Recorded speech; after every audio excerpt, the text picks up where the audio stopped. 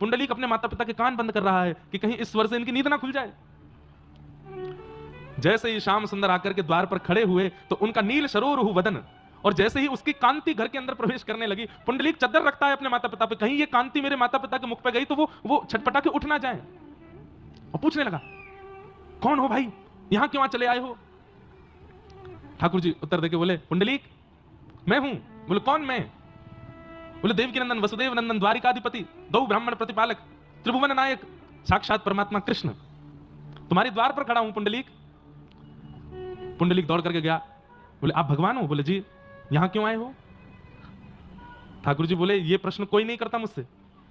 अरे जन्म जन्मांतरों के पुण्यों के बाद भी मेरा दर्शन नहीं होता पुंडलीक, मैं तेरे कुछ सालों की सेवा से प्रसन्न होकर आ गया हूं। पुंडलीक बोला, लेकिन मैंने आपको प्रसन्न करने के लिए सेवा तो नहीं की थी, आप क्यों प्रसन्न हो गए? मैं तो माता पिता की सेवा उनकी प्रसन्नता के लिए कर रहा हूं, आप क्यों प्रसन्न हो गए? ओहो, मैंने सुना है आप माखन चोर हो, आप चित चोर हो, मेरे माता पिता की सेवा की प्रसन्नता की भी चोरी कर ली आपने। अरे वो प्रसन्न होने चाहिए, आप क्यों हो गए? रुक्मणी जी भी साथ में गई थी। रुक्मणी जी ने ठाकुर जी का हाथ पकड़ा, बहुत बेइज्जती हो रही है, चलो यहां से, इसलिए आए थे हम यहां पे। देवी रुको ना, ये पुंडलीक है, इसकी निष्ठा तो देखो माता पिता में, साक्षात कृष्ण साक्षात रुक्मणी द्वार पर खड़े हैं, लेकिन हमको पूछ भी नहीं रहा है माता पिता के आगे। हाथ जोड़ता हूं, मेरे माता पिता सो रहे हैं, विश्राम कर रहे हैं, आप जाइए यहां से।